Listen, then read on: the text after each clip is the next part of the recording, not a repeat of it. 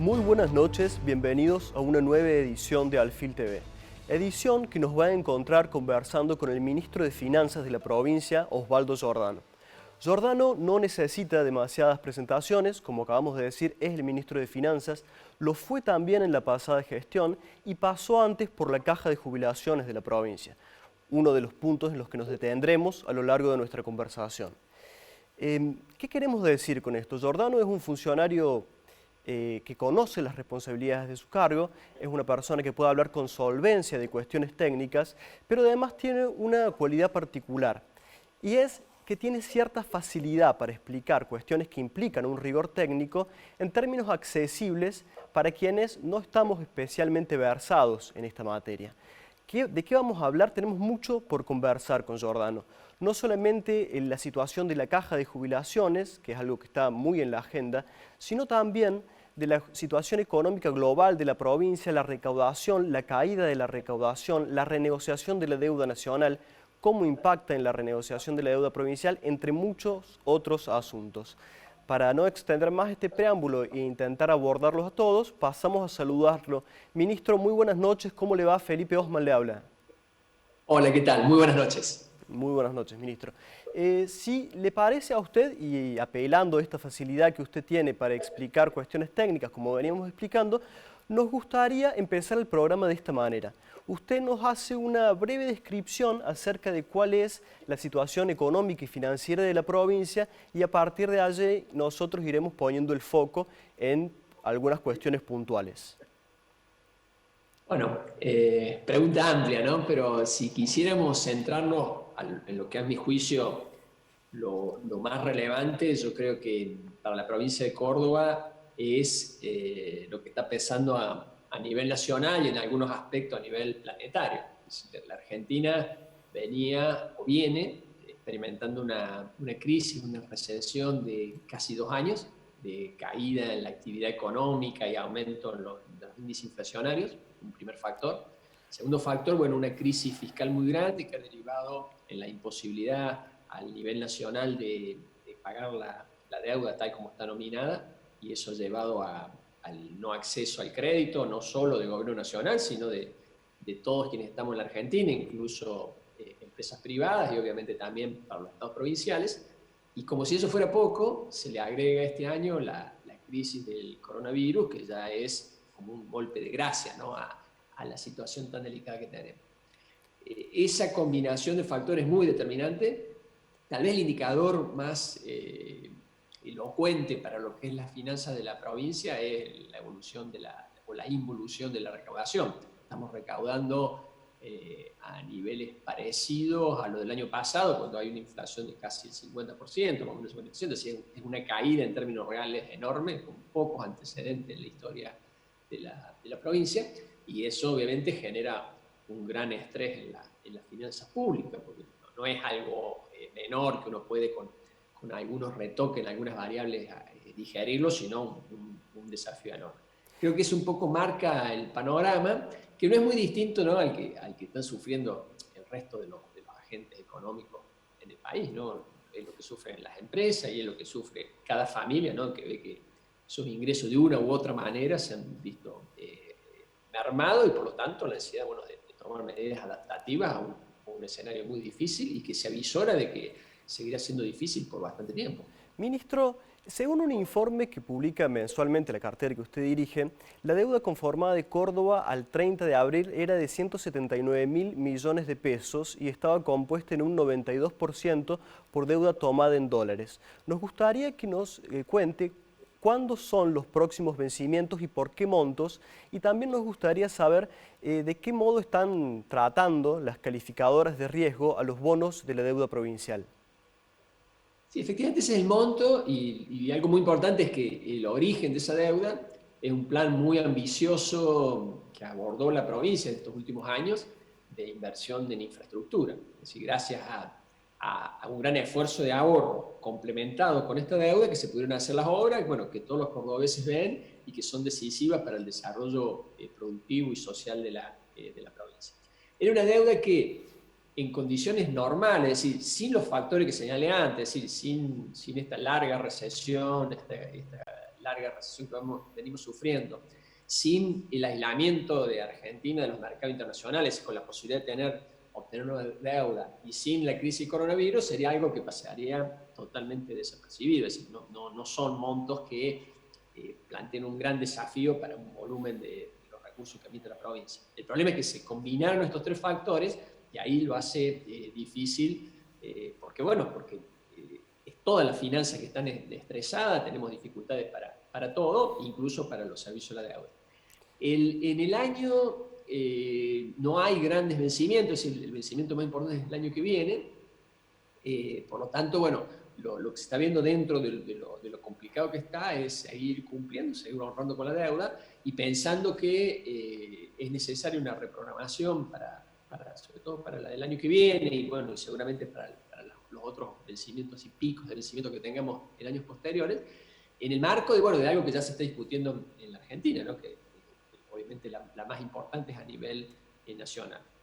Me da la impresión de que, habrá que esperar un poco cómo define a nivel nacional y luego la provincia, en base a ese antecedente, que no quiere decir copiarlo exactamente, pero sí como un antecedente importante, también abordar una reprogramación que le permita a la provincia adaptar los vencimientos a este escenario totalmente nuevo, imprevisto, y que yo entiendo los acreedores van a comprender que es una situación que justifica sentarse a negociar, como de hecho están haciendo todo quien debe algo, quien paga un alquiler, decir, replanteémonos en función de este nuevo escenario, cómo lograr un acuerdo que no perjudique a quien hizo el préstamo, pero que sea posible asumir por parte de quien contrajo el préstamo. Ministro, le agradecemos. Vamos a ir un brevísimo corte y continuamos nuestra conversación. Vamos a estar abordando también la renegociación de la deuda nacional de la que empezaba a hablar. Vamos a un brevísimo corte y volvemos. Seguimos con Alfil TV, seguimos conversando con Osvaldo Giordano. Osvaldo, habíamos quedado hablando de la renegociación de la deuda tanto nacional como provincial. Nos gustaría pedirle a usted un diagnóstico acerca de cómo cree que marcha la renegociación de la deuda nacional y también que nos comente cómo impacta la renegociación de la deuda nacional en esta reprogramación de vencimientos que quiere hacer la provincia. Si bien la deuda externa argentina no es muy grande respecto al Producto Bruto, la capacidad de ahorro de las finanzas nacionales es muy baja, es decir, tiene un gran déficit, habría que corregir ese déficit para recién después poder decir que genuinamente se puede empezar a pagar la deuda. Entonces, es una decisión difícil, pero que ojalá, a partir de la madurez de ambas partes, tanto del gobierno nacional como de los acreedores, sobre todo teniendo en cuenta la situación tan crítica que vive el mundo, se llegue a un acuerdo. Es muy importante porque creo que sería muy dañino para el país entrar en un nuevo default, en un nuevo incumplimiento. Eso se traslada al resto de quienes vivimos en la Argentina, incluido la provincia de Córdoba, pero también las empresas que están en Córdoba, porque el hecho de quedar fuera de los mercados capitales y no tener financiamiento es algo muy negativo. Es muy negativo para la provincia, que tiene proyectos desarrollar, y para las empresas que están dentro de la provincia que tienen proyectos y que necesitan financiamiento. Así que ojalá esta negociación, que insisto, es difícil de conciliar las posiciones, ojalá llegue a buen puerto, llegue a un acuerdo razonable en el marco de la sostenibilidad que plantea el gobierno nacional, pero obviamente respetando los derechos de los acreedores, y que eso nos permita a nosotros abordar un tema que sin duda es más simple que el de reprogramar la deuda de la provincia, pero lo más importante es que tengamos nuevamente acceso al crédito lo antes posible para que todos los proyectos de inversión, tanto público como privado, cuenten con el financiamiento y se puedan ejecutar. Ministro, según tenemos entendido, la provincia acumula algo así como 25 meses de caída de su recaudación por debajo de la inflación. Nos gustaría que nos cuente cuál es la caída real de la recaudación interanual y además cuánto ha sufrido la recaudación en estos meses que vamos de cuarentena desde marzo hasta ahora. Sí, efectivamente, es como vos lo contás, es una historia larga de caídas, lleva 2 años casi de caída, con lo cual ya hemos perdido una referencia de normalidad. Así que ya compararnos hoy con el año pasado ya es compararnos con un año muy malo, es decir, ya había habido una caída. Yo creo que mayo va a marcar otro escalón más de descenso, fruto, ¿no?, de que la parálisis del aislamiento de la actividad productiva naturalmente se va a reflejar, ¿no?, en la menor posibilidad de pago de impuestos por parte de las empresas y de las familias. Si bien no tenemos todavía un número definitivo, yo entiendo que podemos estar un 30% en términos reales respecto a un mayo normal, digamos. Es decir, estamos con un tercio menos de recursos que los que tendríamos si hubiese sido un mayo razonablemente normal. Eso es un impacto enorme, ¿no?, porque no hay forma, digamos, de disimular un impacto de este tipo, y bueno, es lo que nos plantea, ¿no?, la situación extrema y de emergencia que estamos pasando. En este escenario, ministro, ¿la provincia estudia la posibilidad de pagar de manera desdoblada los salarios de junio? Se ha ido flexibilizando el cronograma. Tradicionalmente nosotros tenemos un cronograma donde los jubilados de la provincia cobran el último día hábil del mes y los empleados públicos los primeros días del mes siguiente. Eso se ha ido extendiendo como para ir adaptándolo a la capacidad de pago. Es muy difícil hacer pronósticos porque tampoco sabemos muy bien en cuánto va a perdurar esto y si no puede seguir empeorando la situación. Bueno, por ahora se ha ido enfrentando así. También dependemos, ¿no?, de la asistencia del gobierno nacional. En definitiva es un día a día. Yo no creo que quien haga pronóstico me parece que hace más un acto, digamos, de voluntarismo o deliberadamente de mentira, porque realmente no tenemos elementos objetivos como para proyectar y poder decir, bueno, yo por los próximos meses puedo garantizar o asegurar que va a pasar esto. No lo sabemos y por eso lamentablemente nos tenemos que manejar en este contexto de incertidumbre. Ministro, hablaba usted de la asistencia nacional.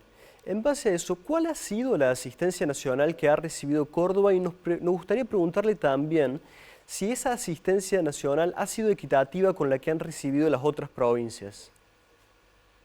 Hasta ahora lo que la Nación ha apelado es a los aportes del Tesoro Nacional, que en realidad no son fondos nacionales, es una pequeña porción de la coparticipación que se acumula en una cuenta del Ministerio del Interior y que está justamente para esto, ¿no?, para enfrentar momentos de crisis. Eso es lo que ha correctamente hecho el Gobierno Nacional, de empezar a distribuir unos fondos que se habían acumulado por mucho tiempo en esa cuenta.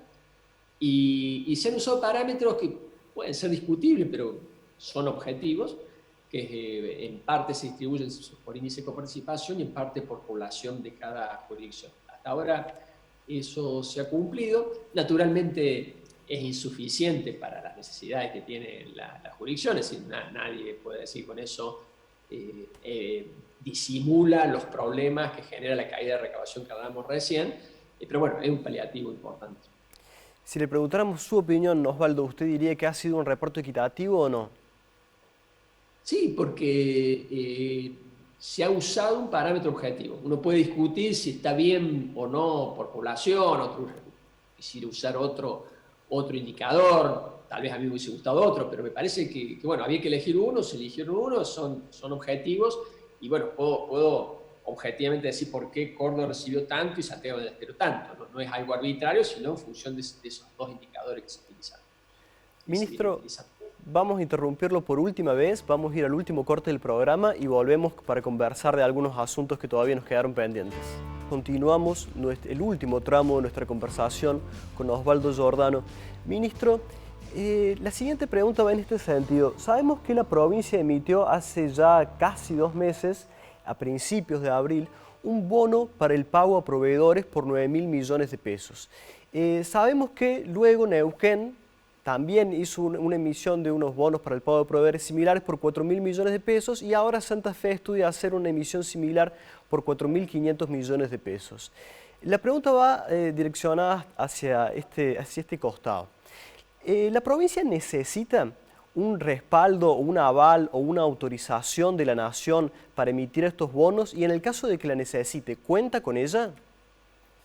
Efectivamente, para que el bono tenga una circulación, pueda ser transado en la caja de valores, es decir, para cumplir las formalidades que son recomendables para este tipo de emisión, porque a lo que aspiramos que quien reciba este bono, es decir, el proveedor que reciba o contratista que reciba este bono, lo pueda vender, lo puede usar como garantía si quiere pedir un crédito, lo puede usar como garantía si se quiere presentar a una licitación, es necesario cumplir esas formalidades y es lo que le hemos planteado al Gobierno Nacional ya hace bastante.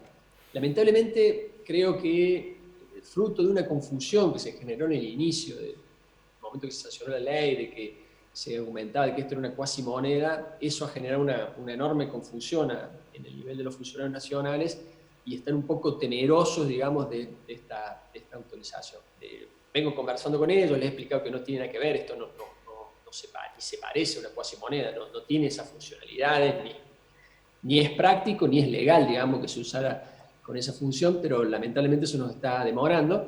Y es una herramienta interesante porque no solo nos permite pagarle, digamos, estas deudas a proveedores y contratistas, sino que además está diseñado para que ayude a cobrar deudas que tienen los contribuyentes con rentas, que es deuda vieja, que en condiciones normales nos costaba cobrar y que, bueno, obviamente en la actual crisis es más difícil, entonces con estos bonos apuntábamos a recuperar esa deuda y de esa manera el Estado cancelaba un pasivo y contra una creencia que tiene con estos contribuyentes en mora.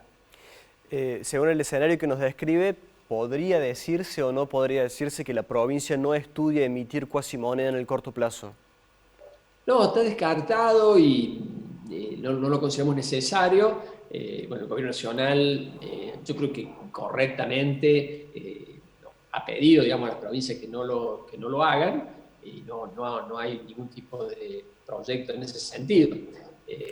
Creo que es solo una confusión de no entender, digamos, el instrumento y que, bueno, ojalá rápido se salde porque es un instrumento interesante, insisto, porque nos permite alivianar, por un lado, la tesorería pagando estas deudas y, por otro lado, motorizando recaudación, que también es algo muy importante. Ministro, nos gustaría aprovechar los últimos minutos de nuestra conversación para hablar un poco de la caja que ha estado en el centro de la escena en estas últimas semanas. ¿Cuándo se volvió deficitaria la caja? Sabemos que es una historia larga, pero ¿cuándo se volvió deficitaria la caja y a partir de qué escenario se ha tornado para la provincia inevitable a realizar un nuevo ajuste o una reestructuración de la caja de jubilaciones? La caja es estructural, históricamente deficitaria. Sin irse muy lejos, digamos, en la memoria, o por lo menos dentro de la memoria de quienes hoy estamos pudiendo analizar esto, tendríamos que irnos al año medio de la década del 90, cuando el gobernador Mestre, por decreto, decidió una baja del 18% de todas las jubilaciones ante la imposibilidad de seguir pagando los haberes. Luego, obviamente, hubo varios cambios en el medio, lo cual está señalando de que no es correcto ese análisis estático de decir tenemos un problema y esta es la solución definitiva y de ahora en más eternamente vamos a funcionar. En realidad, en temas previsionales es algo muy dinámico, muy cambiante y que exige una permanente adaptación de las normas. El que dice, no, esto es un derecho adquirido y esto no se puede tocar, en realidad está mintiendo porque no hay forma, digamos, de mantener una normativa, unas instituciones rígidas cuando la realidad está cambiando. Y cambia por varios motivos. Uno es el demográfico. Quien se jubila hoy va a vivir, va a cobrar una jubilación un mes más que quien se jubila, una persona de las mismas características, la misma edad, el mismo sexo exacta, del año pasado. Es decir, todos los años la expectativa de vida de quien se jubila en la Argentina aumenta un mes. Eso acumulado tiene un efecto enorme. El segundo punto también que incide mucho es que hoy se están jubilando la gente que entró al Estado hace más o menos unos 30 años. Y hace unos 30 años el empleo público creció mucho más que ahora. Entonces, lo que vemos hoy es que la cantidad de jubilados, además de este efecto demográfico de que la gente vive más, es que están ingresando muchos más jubilados de los que crece el empleo público y que crece la población de la provincia. Entonces, son todos factores que van generando presión y que si uno no adapta la normativa lleva al colapso, como le pasó a Mestre en el año medio de la década del 90, donde tuvo que apelar a una improvisación, sacar un decreto modificando los haberes, que luego le costó muchísimo a la provincia, porque fue algo muy traumático y que llegó a la corte y que la provincia lo perdió y que tuvo que pagar los juicios, fruto de eso, de no ir adaptando la normativa a esta realidad cambiante. Puedo dar muchos más ejemplos, pero sé que que no tenemos tiempo, de cómo es necesario adaptar la normativa a estos cambios de realidades para así darle viabilidad financiera, sostenibilidad financiera y obviamente tratar de hacerlo de la forma más justa posible, es decir, que quienes más tienen hagan un mayor esfuerzo en favor de quien menos tiene, que es lo que apunta esta última reforma. Ministro, se habló de que esta reforma jubilatoria deparaba un ahorro del 30%, una reducción del 30% en el déficit de la caja para este año, lo que numéricamente serían unos 6.500 millones de pesos. ¿Cómo se compone ese ahorro? La reforma tiene muchas aristas, muchos cambios. Algunos tienen un efecto más rápido, otros van a ser a lo largo del tiempo. En todos los casos, con un único sentido, es decir, hagamos un esfuerzo que no sea igual para todos, sino que los que más cobran, más esfuerzo hagan, en pos de darle sostenibilidad. Es decir, que no caigamos en lo que pasó en la década del 90, de que llegamos a un punto en el cual no se puede pagar y tengamos que hacer un recorte generalizado a todo el mundo de manera improvisada, con un decreto que después genera juicios y más conflictos. Hay varios aspectos, por ejemplo, uno muy innovador es el tema de las pensiones. Es decir, la pensión al cónyuge fue ideada hace 100 años en la legislación previsional argentina y en la previsión argentina, pensando en que el sostén de los hogares era el hombre, la mujer estaba recluida en la actividad doméstica, no trabajaba, y por lo tanto al fallecimiento del hombre quedaba en desamparo la mujer, y por lo tanto era necesario prever esa situación a través de una pensión derivada, es decir, que la jubilación se transformara en la pensión de la mujer.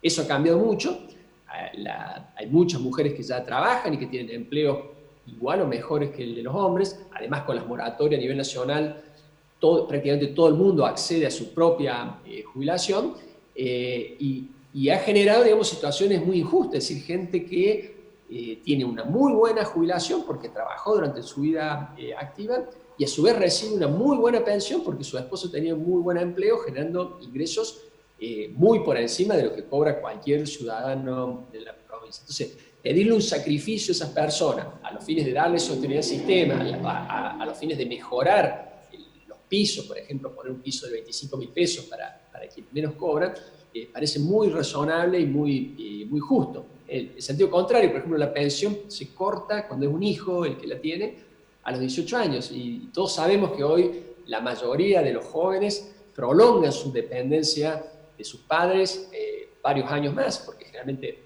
siguen estudiando. Bueno, fue una legislación inventada, creada, cuando la gente entraba al mercado laboral muy joven.